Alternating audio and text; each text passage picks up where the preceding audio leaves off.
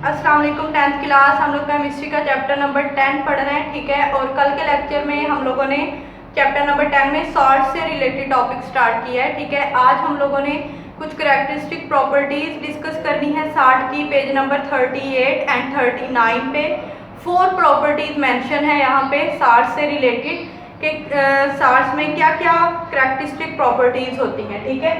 तो फर्स्ट जो प्रॉपर्टी है characteristic properties of salt, first property है salts are ionic compounds found in crystalline form. जो salts होते हैं वो आयनिक कंपाउंड्स होते हैं। ये कल भी मैंने आप लोगों को बताया था। आयनिक कंपाउंड्स उन कंपाउंड्स को बोलते हैं जिनमें दो एटम्स के दरमियान आयनिक बॉन्ड एग्जिस्ट करता है, ठीक है। तो जो सॉल्ट्स होते हैं वो आयनिक कंपाउंड्स होते हैं और इनकी जो फॉर्म होती है यानी एग्जिस्ट जो ये करते हैं वो क्रिस्टलाइन फॉर्म में करते हैं। सॉलिड स्टेट होती है लेकिन क्रिस्टलाइन फॉर्म, ठीक है।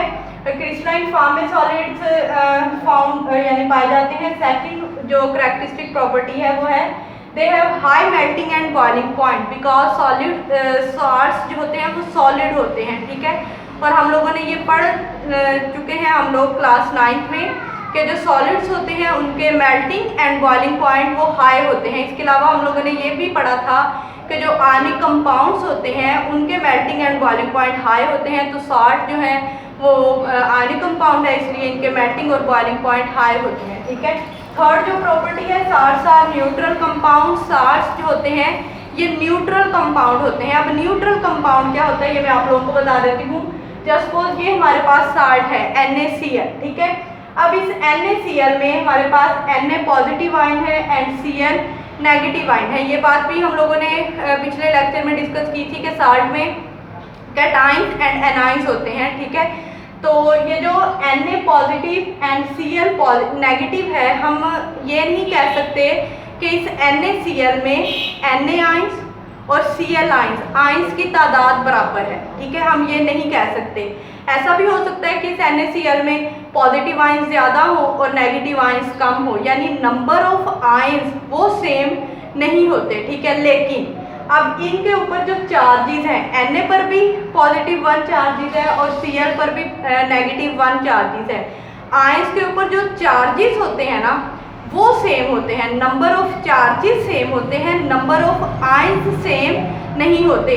Na आयंस ज़्यादा हो सकते हैं, Cl आयंस कम हो सकते हैं, या इसका रिवर्स भी हो सकता है। हम कह सकते हैं कि Na पॉजिटिव आयंस कम है और Cl नेगेटिव आयंस ज़्यादा है, यानी नंबर ऑफ आयंस जो होते हैं वो सेम या इक्वल नहीं होते। लेकिन आयंस के ऊपर जो चार्जेस होते हैं वो चार्जेस इक्वल होते हैं। और जब चार्जेस इक्वल होंगे, ये पॉजिटिव 1 है वो नेगेटिव 1 है, तो ये एक दूसरे के साथ कैंसल आउट हो जाएंगे। तो जो हमारा केमिकल फार्मूला बनेगा NaCl, यहाँ पे अब कोई चार्ज नहीं है NaCl पे, तो ये एक न्यूट्रल कंपाउंड है। इसलिए कहा जाता है सॉल्ट जो होते हैं वो न्यूट्रल कंपाउंड होते हैं। Aldous they do not compose of equal number of positive and negative ions. इनमें पॉजिटिव और नेगेटिव आयंस इक्वल नहीं होते but have equal number of positive and negative charges. लेकिन चार्जेस जो होते हैं पॉजिटिव एंड नेगेटिव वो इक्वल होते हैं, ठीक है।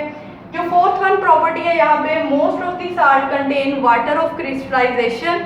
क्रिस्टल फॉर्म में एग्जिस्ट करते हैं तो इनमें वाटर ऑफ क्रिस्टलाइजेशन होता है मोस्ट ऑफ दी सॉल्ट्स में, ज़्यादातर सॉल्ट्स में, ठीक है।